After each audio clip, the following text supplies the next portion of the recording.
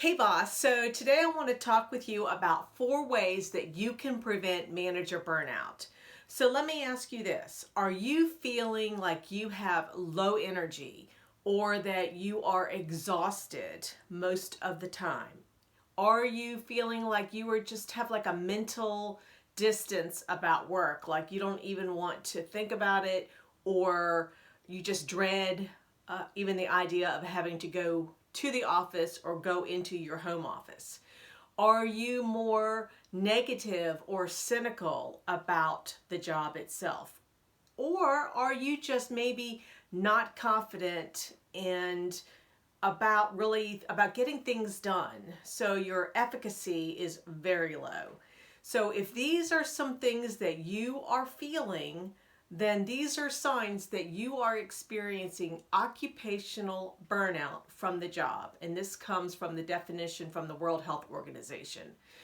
So, hey, I'm Dr. Heather Williamson with the Transformation Group, and welcome back to the channel. So if you know of another manager that you feel is experiencing burnout because they're overloaded, then share this video with them and like it, subscribe to this channel so you don't miss out on any weekly leadership tips and strategies. Also, if you are experiencing burnout, I have got a program that is on my website called The Confident Boss. It's a 6-month training coaching program. Feel free to check it out and contact me via my website, and I will be happy to talk with you. All right, so I think that a lot of feelings of burnout, especially from management, really come from trying to keep your employees engaged. Also, it's from the stress from just having so many tasks to accomplish, so there's feelings of overload. There are also pressures from senior management to achieve objectives and working long days with very few breaks. All of these contribute, and others contribute, to the feeling of burnout that you're experiencing. So how do you prevent it? What can you do to limit, reduce, and eventually prevent feelings of burnout? Well, the first thing that you can do is make yourself a priority. And I know that a lot of times we struggle with this because we have got so many things on our plate, and especially as a manager or as a leader, it's always about the team. And so you always try to focus on them. Well, in order for you to focus and be effective, you've got to have the right mindset as well. And if you're feeling burnout, that is not going to help your team. So when it comes to making yourself a priority, make sure that you're sleeping enough, make sure that you're eating right. That means the healthy foods, fruits, vegetables, all that stuff, not the junk food that's quick and easy and that is got very high calories. Also, exercise. And one way you can do this is just when you take breaks, which we're going to talk about in a minute, but to get away from your desk, your office, and exercise, whether it's first thing in the morning. For a lot of people, that's what they like. And this will help you get those endorphins pumping and get you in that right mindset. Also, maintaining friendships and those relationships, those interactions. I think a lot of times when we have so much on our plate at work, we just push invitations to the side. Like, I don't have time for that. I got to get this budget done, or I have got to get this project identified and analyzed and strategized, and whatever words you want to use. But the thing is that when you focus solely on your work and eliminate those outside interactions, whether they're coworkers or friendships, you are really causing yourself stress, and which leads to major stress, which leads to burnout. So there's an activity, if you feel like you just cannot add one more thing to your plate, that you are just going to pull all of your hair out, here's an activity that I want you to do. And I use part of this actually as an activity when I get my clients to figure out what's sucking up their day. And you can do this, I want you to assess for 1 week You can capture this in a spreadsheet, on paper, in an app, however you want to do it. But I got this idea adding on to what I normally do, which I'm going to do moving forward, is when my clients feel burned out. Monique Valor, she does this. She did this for herself, and I saw this in the Harvard Business Review. And basically, capture for 1 week how your time is being spent. And depending on how quickly you move through activities, it could be every 15 minutes or every 30 minutes. But capture what you are doing, what task you're working on. And what Monique does is she also captures who that task is associated with. And also, she captures and create another column of how does that doing that task or working with that person make you feel. And you can rank this on a scale from 1 to 10. 1 being that you are actually angry and drained is how you feel, or 10 that you're energized and happy. And then in the last column, you actually identify, is this working with this person or doing this activity, is it of value or is it not of value? And once you identify all of this, you can start figuring out what it is that is causing you to feel burned out, and then get rid of those tasks or those people that are causing you to feel angry and drained, and increase those activities and people that really energize you, that make you feel good working with them, make you feel good about yourself. This will really help you identify, what are those triggers that are causing me to feel burned out. So do this activity. Let me know how it goes with you. I'm really excited to find out. Also, another thing that you can do is to make sure that you are have walking meetings. So when it comes to a walking meeting, who says if your meeting does not require spreadsheets and presentations, but it's more like a brainstorming session, or hey, let's just have some one-on-one time together, then if you are working in an office, why don't you get out, if it's a nice day, and have a walking meeting. Get out, burn some calories, get some energy, breathe in some fresh air, and have a conversation, have your meeting outside while you're walking. I think this is a great idea. Also, you can set time limits on when you're going to read your emails, when you're going to respond to phone calls or make phone calls.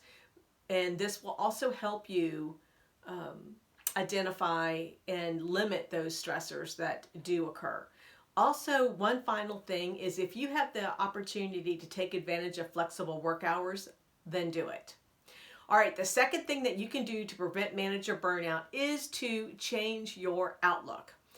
So this, I think, can be a challenge. And I say that because a lot of people, when you are experiencing the same thing day in, day out, you get maybe stuck in a rut, like it's just the same environment.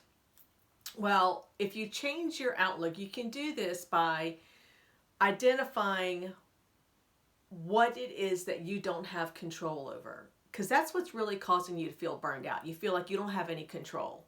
So if you identify what it is that you do not have control, then I want you to identify what you do personally have control over. There's some things that we're not, but how we implement things and how we accomplish some goals, we do have control over those things. And so identify what it is that you do have control over.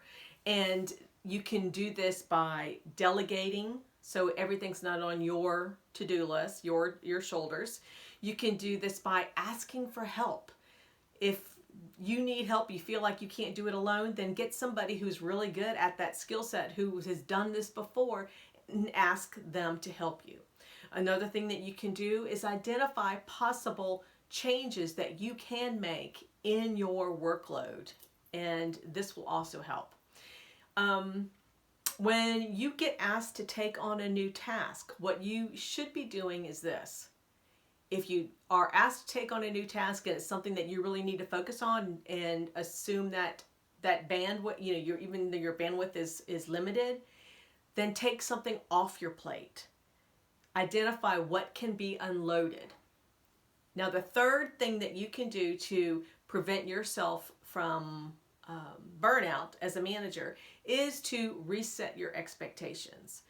I think this actually has a lot of impact on your day.